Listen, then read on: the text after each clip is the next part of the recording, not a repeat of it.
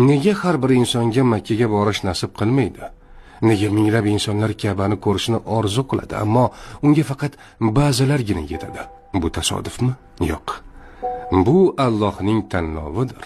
Olimlar aytishadi, Allohning uyiga faqat uning o'zi taklif etgan bandalar kiradi.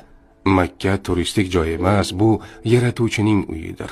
U yerga faqat ruxsat etilganlargina boradi. Qarang, qancha odam pul to'playdi, hujjatlar tayyorlaydi, ammo oxirgi paytda hammasi bekor bo'ladi. Ammo shundaylar ham borki, u safarni hatto rejalashtirmagan bo'lsa ham, Alloh unga bu imkoniyatni beradi. Nega shunday? Chunki Alloh qalblarini tanlaydi.